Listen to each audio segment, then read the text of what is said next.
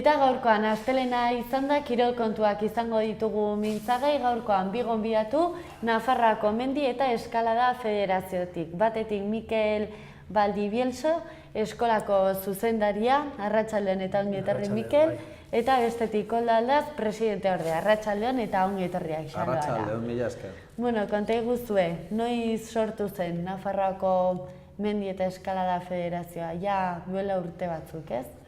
Sortu zela. Bai, orain dela 31 urte, kirol kompetentziak pasatu gintuztenean, orduan izan zen momentua. Gu hasieratikan, 1924an jaio zen la Federación Vasco-Navarra de Alpinismo deitzen zana. Eta hor barruan 4 herrialde geunden. Eta egon ginen 60 urteola, eta gero heldu ziren, 86an, heldu ziren autonomi guztiendako kompetentzi berriak, eta orduan izan zen momentua segregatzeko, segregatu gintuzten, eta gelditu ginen aparte, orain arte, zoritxarrez. Jaio ginen ongi, baina jarraitu dugu nahiko gaizki ez dakit nola bukatuko dugun. Bide hortatik gaude, eta gure asmoa da hurbiltzea gero eta gehiago, eta bukatu zentenarioa, mendi gutxira, bukatu elkar berriz. Oso, nortzuk osatzen duzue gaur egun Mendiko eta Eskalada Federazioa, Nafarroan? Jende asko zarete, ez? Osatzen duzuenak, federazioa. 10.000, bai. Bai. Azkenean kuadria bat, gauza bat da osatzen dugunok federazioa, nola esaten da, junta direktiba edo, antolatzen dugunak edo, horre egun gara 3 pertsona uste gaudela, bakoitzak bere arloan lan egiten duenak, eta gero, federazioaren parte garrantzitsuena dira Nafarroko federatu danak. Bai, Andre eta gizonak, eta aurrak, eta orduan aurten, sorte pixka batekin, igual 10.000 pertsonara aiateko aukera izango dugu. Gainera ipatu duzue, jende asko dela hori, ez? Nafarroan futbola, badakigu kirol ospetsuena edo, gutxienez parte hartzaile gehien dituena izaten dela, baina bigarrenak zuek. Bigarrena, bai. Datu interesgarria o pozgarria behintzat, ez? Bai. Dagoela afizioa mendiarekiko. Mordo bat gara. Eta ahaztu gabe ehun klub gara ere. Osea, kluba da, esan dezagun, soberanoa asanbladan. Kluba bakoitzak dauka representazioa, ordezkaria, eta orduan hor erabakitzen da asanblada orokorrean. Ehun kluba, 10.000 federatu. Ehun klub Nafarro osoan. Bai, ehun tapiko, nahi zoroitzen. Eta hori ez zonaldeka, igual iparraldean klub gehiago daude Nafarroako hegoaldean baino, edo nola sakabanatzen da hori? Azkenean biztanleriak ere bai egiten du nahiko, orduan gero eta jende gehiago bizi zonalde batean, azkenean bere izten da gehiago. Esakan aldean uste dut bakarri daudela 3 gehiago herri batean, adibidez Etxarrin bertan, uste dut daudela 2 edo 3 menditaldez berdin. Herri berean, orduan alde batetik ere bai esaten duzu, zergatik ez elkartu, baina bakoitzak antolatzen ditu gauzak bere modura edo, baina azken finean denak batzen gaituen zera multzo hori da federazioa eta jendeak ahotsa eta bai bozka izatea, federazioak antolatzen dituen edo erabakitzen dituen erabaki guzti horiek azkenean jendearen menditaldeen eskutan dago. Oso, lehenago aipatu didazue Nafarroako Mendi eta Eskalada Federazioaren barruan dituzuela arlo pila bat, ez? Hementxe, zaite, presidente ordea eta goi mailako eskolako zuzendaria. Baina arlo asko dituzu, ez? Mendiaren inguruan. Bai, ala da, badauzkagu batzorde batzut, horien artean adibidez aterpekoak, mendiko aterpeak, gero beste bat eskaladako ekipamendua, biak montatzen dituen jendea, eta duen jendea, eta gero enam, baldi zuzendaria, ibilbide luzeak, gero markatutako ibilbideak, gero gazteak, promozioa, eskalada, selekzioa daukagu, gero kirol jokuak, nafar kirol jokuak, eta lasterketak mendian, lasterketak mendia, ez mendiko lasterketak, porque horiek beste federaziokoa dira, lasterketak mendian, eta mendiko eskia. Mendiko eskia ez da batzordea, baina izan dezagun ere badela gure parte bat. Aipatu iazue gainera orain oso modan dagoela, ez? Mendian lasterka egitearena hori hamarkaden arabera joan da asko aldatzen mendiaren mundua. Zuek ja esperientza baduzu, ez? Eskarmentua daukazue honetan eta mendiarekiko harreman hori aldatuz joan da urte guzti hauetan nola ikusten duzue hori dena. Zuk nik baino esperientzia gehiago duzu. Bueno, bai, zarra ditu nago bentxe. Baina, egia da. Bai, aldatu da. Bai, hori nire garaian egiten zen mendiak ez zeukan bat ere ikusirik hori konpetizioarekin. Eta orain konpetizioa sartu da arlo guztietan, gehienetan. Eta orduan aldatu da pilo bat. Jendea hori animatzen da edozein asteburuan ultra trail bat egitera lasai, bate problemi gabe. Eta hori gure garaian hori ez zen ez da imaginatzen ere. Aldatu da asko, nik oso ongi ikusten dut aldaketa hori, jendeari gustatzen bazaio, zergatik ez.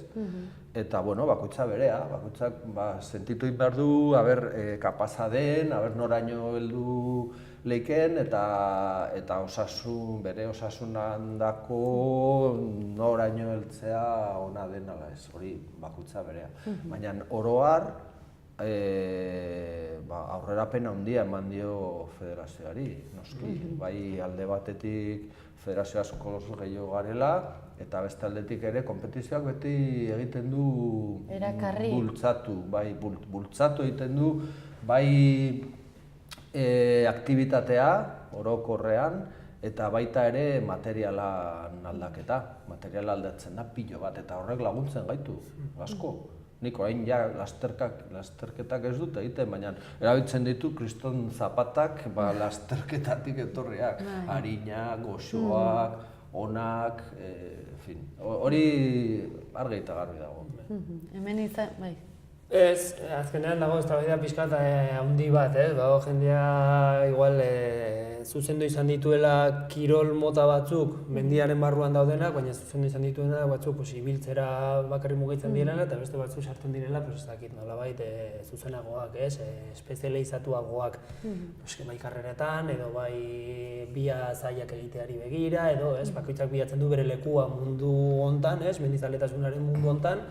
Baina argi dago batak bestearekin nire ustetan osagarriak direla, jakin behar dena da, bai bata besteari errespetatu eta bakoitzak bere lekua bilatzen duenean, hortan aritzea, baina denak hildo batetik, bai inguru giroa zaintzeari begira eta bai mendizaletasunak duen filosofia hori mantentzeari begira, Baina bai, azkenean karrerena, igual joaten ginenean kriston motxilarekin, zaptoa, txorizoa ez dakiz zer, orain ikusten dugu jendea motxetan, praka motxak, zapatillak, eta benga, 2 ordutan egiten albadut mendi bat, eta bazkal ordurako etxean egon, zure fisikoak da koldoka aipatzen zuena, zure fisikoak gaitasuna ematen badizu, eta aguantatzen badizu, beste modu bat, mendiak disfrutatzeko. Dena den asko aldatu da, ez? Mendian ibiltzeko modua, pentsatzen egonen dela jendea betiko ohiturak mantenduko dituena. Baina gaur egunez hori igual pixka bat aldatu da. Ezagun askoren artean aipatzen dugu askotan, hemen daukagu kriston perla bat, etxe ondoan, ni hemen Errotxapean bizi naiz eta hor daukagu Ezkaba mendia, etxetik oso gertu eta aukera asko ematen dituenak eta beti nik erabili izan da Ezkaba, bai disfrutatzeko, baina bai entrenatzeko, bai mundutan sartuta gaudenak. Eta bai aipatzen dela askotan, lehen joaten ziren Ezkabara eta jende pila oinez, ezak izan, orain topatzen dituzun pertsona gehienak, doaz edo korrikan, edo bizikletan, edo oinez jende gutxi, eta horrek ematen dizu hori, perspektiba hori, aldatu izan dela jendearen pentsamendu, ezakit nola azaldu, pentsamendu hori, venga. Bai, Gero daukagu ere el efecto Kilian Jornet. Kilian Jornet oso lasterketan ibiltzen den oso famatua da, eta hau, bueno, da fenomeno bat, da, bueno, munduko onenetarikoa. Eta orduan, berak, claro, egin du pixkat adierazi zen noraino heldu leiken, ez? Eta hori da, gure jende askorako bada eremua, ez? Eta orduan ikusten dugu, hori helburu bat bezala, baina helburua hori jende guztiendako ez da, noski. Hala eta guztiz ere, bai markatzen dula bide bat, eta hortik doa jende pilo bat, orain, bai. Osongi. Zeintzuk dira oraintxe bertan federazioaren helburuak? Pentsatzen dut 30 urte hauetan aldatuko zirela, ez? Pixka bat. Bai, pues ez dakit. Behar ezberdinak sortzen diren heinean. Badaude zenbait behar, betidanik hor egon izan direnak ez, eta horietako bat igual da behintzat niri dagokidan ez, arloaren barruan dela jendearen formakuntza ez. Jendearen formakuntza ikusteari begira, mendia ez dela, denak gustoko dugun leku bat, oso polita ez dakiz der, baina baduen dituenak bere arriskuak eta kontuan hartu behar izateko dituen, gauza zehatz asko ez, kontrolatu beharrekoak. Orduan denak eragiten dio besteari, ez? Lehen joaten ginen asko prestatuagoak igual, orduan orain igual denbora gutxiago eman behar dudan ez mendian, joaten gara arinago, igual ez horren ekipamendu potentearekin, orduan horrek sortu ditzake zenbait arrisku, ez? Orduan ikusita jendeak gero eta gehiago parte hartzen duela kirol hontan, kirol edo zale ez, edo afizio honetan, formakuntzarena bai ikusten dugula dela gauza bat zeinetan irentzi ditu eta lan asko egin behar dugunak. Arriskuak ongi markatzeko eta jendeak ahalik eta argien izateko, kontuan izan beharreko arrisku eta egin behar horiek, ez? Esaten ari dugu 10.000 federatura iritsiko garen federazio bat gehala, hori federatuak, izena emandako, distentzia hartutako batzuk. Hortik kanpo badago hainbat jende praktikatzen duena, mendira doana eta ez dago federazioaren barruan, baina da jende pila eta azkenean, ez dakit, gero eta jende gehiago egon, gero eta arrisku edo istripu gehiago gertatzen aldira. Orduan, ikuste formakuntzarena dela arlo bat, potenteena, kontuan izan beharreko. Hortik aparte, noski beste helburu batzu dauzkagu, lehenengoa izango da noski daramagun bidetik jarraitzea, porque nahiko ongi ateratzen ari dira gauzak azken aldi honetan, eta aktibitate handia daukagu, lehen aipatu dugun bezala, jende pilo bat parte hartzen du bai martxatan, bai lasterketan, eta arlo guztietan daukagu zerbait mantentzea batzorde guztiak aktibitatearekin, hori da gure lehenengo helburua noski, mantentzea bide horretatik, eta gero dauzkagu beste bi helburu estrategikoak. Bata da Belagoako aterpea, Poktefa, da Europatik datorren subentzio programa batetan sartuta, kokatua, Belagoako aterpea errehabilitazioa. Eta, hor ari gara, bigarren konbokatorian gaude, eta, itxura ona dauka, ikusiko dugu. Maiatzarako jakingo dugu zerbait, eta hori posible bada azkenean, izango da gure ilusio onenetarikoa federazioan. Hori lortu ezkeoz. Eta alde batetik hori, beste aldetik ere oso estrategikoa, baina demora, esan dezagun, 5-6 urtetan, gu ez bagaude, hurrengoek jarraituko dute, noski, eta espero dugu hori elkartzea, modu bat edo bestez, ez dakigu oraindik nola, baina ari gara lantzen, hori, Euskal Herri osoan, Unión de Montañeros Vascos, ez dakigu oraindik nola deitu, baina bueltatu, ginena izatera berriz. Osongi, primeran. Bestale, zeintzu dira, lehen aipatu didazue jendeak gauza asko eskatzen dituela, ez? Azken finean mundu guztietan, arlo guztietan badaude beharrak, zuek nun ikusten duzue oraindikan hankamotz zaudetela, indartu beharko zenuketela zeo zer. Hola, federazioaren aldetik ikusten da jende asko zaudetela honen barruan, eta baina gure mendiak ongi daude, apropos daude jendearentzat, ongi tratatzen ditugu gure mendiak, ze behar ikusten dituzue zuek, gertutik ezagutzen duzuela hau guztia. Bueno, ez dakit, zalantzan daukagu pizkat, aurrera pen handi hori lasterketan eta martxetan eta jende pilo bat mendian derrepente aurkitzea, eta hori antolatuta bada, esan nahi dut, federazioak antolatzen badu, zirkuito de martxas, zirkuito de carreras, inguru giro aldetik, egin behar dugu pizka bat artikulatu dena hori, ez? Osea, esan dezagun, behar bat dugula, ez dakit nola deitu, baina un zertifikatu medioambiental o olako zerbait, aurrera eman behar dugula,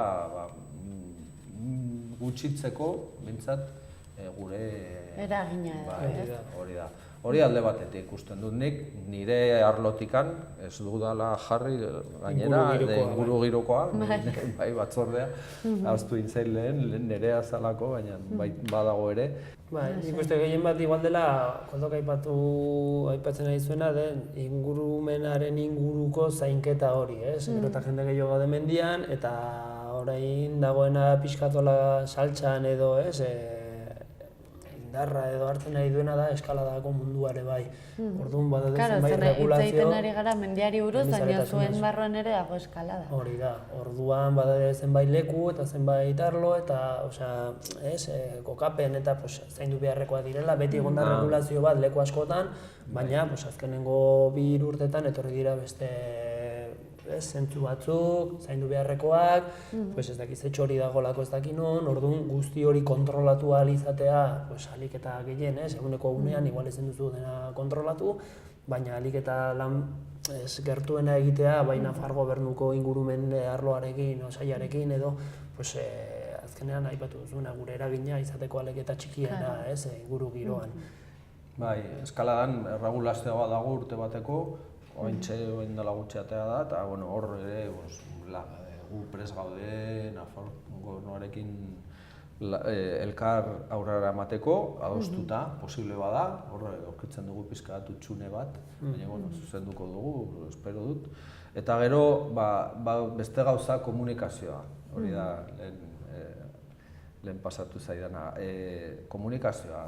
Askotan gu gaude gure kirolan eta gure egunean sartuta ezagutzen gara guztiok eta askotan gertatzen zaigu orain egiten ari garen bezala, zuen telebistan, o gure telebistan, adierazi eta esplikatu gauzak eta publizitate pixkat eman guk egiten dugun ekintza guztiei. Jendeak jakitea, zer egiten duzuen, zertan mugitzen zareten, gainera eskola eta guztia daukazue, ez? Bai, hori justu aipatu behar duen, orain zeren jendeak ere bai behar, aipatu dituzunean ze behar ikusten ditugun ere bai, guk ikusten ditugun behar batzuetaz aparte, berdinak izan daitezkela ez, baina da eskatzen digutena guri, orduan aipatu dugu hainbat menditalde daudela edo talde ezberdinak daudela mendite zaletasunaren inguruan Nafarroan, eta gero eta gehiago bai ikusten dugula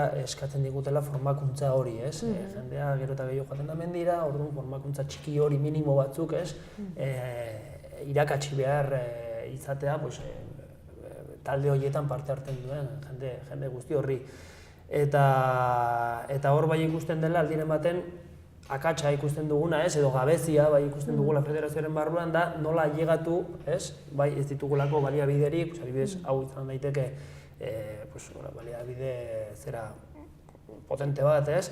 Jendearen gana iristea, asaltzeko bai guk eskaintzen duguna, eta bai behar horiek, jendeak eskatzen dizkigun, ez? Behar horiek, horiei aurre egiterako orduan, mugitu behar izateko, ez? Makinaria guztia, ez?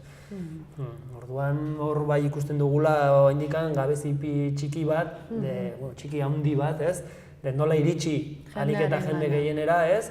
Eta nola jaso, hori gabezi edo azkenean aipatu dugu 10.000 federatu gaudela Kaxi Federazioan, baina hortik kanpo dauden guzti horiek zergatik ez dira federatzen. Ez dute bat egiten federazioak duen, ez dakit zergatik, baina lortu beharko genuke jendeari bai koska hori sartzea barruan, mendian eta mendiaz bizi bazara, egin behar dira, ez, minimo batzuk, gehien bat jendearen garantia edo ez dakit, ez dakit nola ipatu, babestuak egoteko istripu baten aurrean edo ezer gauza baten aurrean, ez? Eta gero federaziotik eskaintzen diren gauza guzti horiek ere bai, jendeak aprobestu ditan.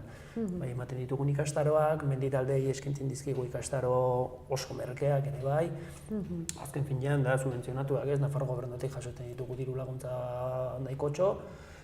Gauza horiek aurrera ateratzeko, orduan, jendeak jakin behar du, hor dagoela kriston aukera, ez, beraientzako. Ze abantaila ditu federatua izateak? Normalean, ez, mendean ibiltzen den jende gehiena federatu egiten da.